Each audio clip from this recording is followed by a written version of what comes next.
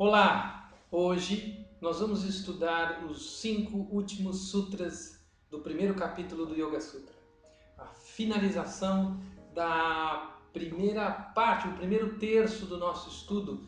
É uma lição importante. Patanjali finaliza os conceitos principais da realização espiritual.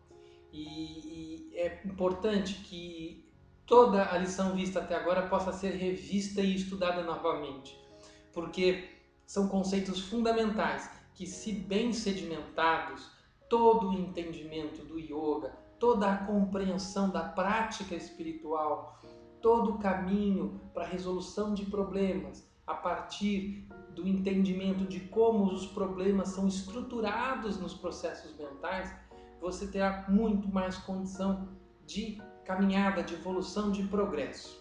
Então, eu quero salientar isso. Chegamos aqui a um ponto importante, o final do capítulo 1. São 51 aforismos, no total de 156. É o primeiro terço dos 156 aforismos, mas é o terço, só no capítulo 1 nós temos esses 51 aforismos. Esse terço é muito importante de se revisar e ter claro essas definições dos processos mentais, da nossa atividade, dos fenômenos, para que você tenha maior compreensão da ação sobre eles, como interagir com eles, né? como fazer a sua caminhada, né, de resolução de problemas, a sua caminhada terapêutica, né, no sentido de crescimento pessoal e crescimento espiritual. Mas vamos aos sutras.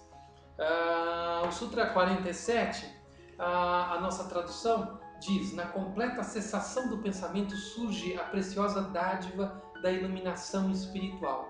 Aqui, Patanjali está falando dos 3 samadhis, os 3 tipos de samadhi, e dizendo que a iluminação espiritual surge apenas quando atingimos ao 3º samadhi, que é o samadhi Nirbija Samadhi, o samadhi sem semente. Né? O que é essa semente? Lembremos, é a raiz da noção de eu, a raiz da noção de ego, né? E nós temos, tentando relembrar um pouquinho para entender isso melhor, nós temos os 2 samadhis anteriores, a Samprajñata Samadhi e Nirvitarka Samadhi. A Samprajñata Samadhi é ligado aos nossos hábitos passados, e o Nirvitarka Samadhi tem a nossa relação com os nossos impulsos para o futuro, as nossas intenções que são moldadas, né, pré-moldadas, né, por buscas, por certas predisposições, pré-intenções, pré-motivações. Né? E a partir quando eu falo em Nirbija Samadhi, o 3º Samadhi, eu estou falando da ausência de sementes, né? Nirbija, bija, sementes, a ausência de sementes. O que é essa semente? Essa noção de eu, de identidade. Além, quando eu me coloco além dessa estrutura, quando eu pratico e percebo que minha mente pode operar além dessa estrutura, eu atinjo esse estágio de iluminação espiritual. No aforismo 48, é nos apresentado somente então, ele aprofunda isso, somente então a sabedoria portadora da verdade desponta na outrora limitada consciência do homem. E aqui o autor coloca de uma maneira maravilhosa, a partir da definição correta das palavras, a escolha da palavra verdade, que não traduz a palavra rita, que é todo um significado um pouco mais amplo do que isso, mas ele coloca que essa verdade, ela não é uma verdade limitada a tempo e espaço. E o nosso conhecimento, a maneira como nós percebemos as coisas, esse conhecimento que nós tanto valorizamos, inclusive, ele é um conhecimento preso a tempo e espaço. E o reconhecimento da verdadeira natureza das coisas é um reconhecimento, como ele diz aqui, qualitativo, não quantitativo. A nossa ciência, ela é quantitativa, né? Porque ela calcula através da média, através das estatísticas, os seus resultados. Aqui, não. O conhecimento dessa verdade, ele é qualitativo. Ele está além do nosso padrão de conhecimento, no reconhecimento das coisas na sua unicidade, como um fenômeno único, presente em cada fenômeno. Né? Então, aí sim nós temos esse reconhecimento dessa verdade. No Sutra 49, a tradução que nós temos coloca: o conhecimento direto é totalmente diferente do conhecimento derivado da inferência e do testemunho, que a gente estava dizendo. Pois então, o último é conhecimento generalizado. O primeiro é conhecimento do único e do particular. Então, aqui nós temos essa explicação, né, da forma como, a partir do momento em que nós nos liberamos de hábitos, de impulsos, de sementes de identidade, nós então passamos a reconhecer o fenômeno, a outra pessoa, o que surge à nossa frente como algo único.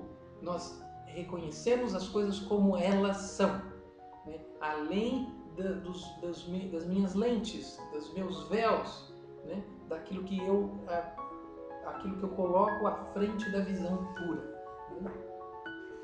No penúltimo aforismo do capítulo, o aforismo 50, Patanjali coloca: quando há um pensamento com um centro, as impressões aderidas a esse centro impedirão o despontar da nova luz na consciência. O que é esse centro colocado no aforismo 50?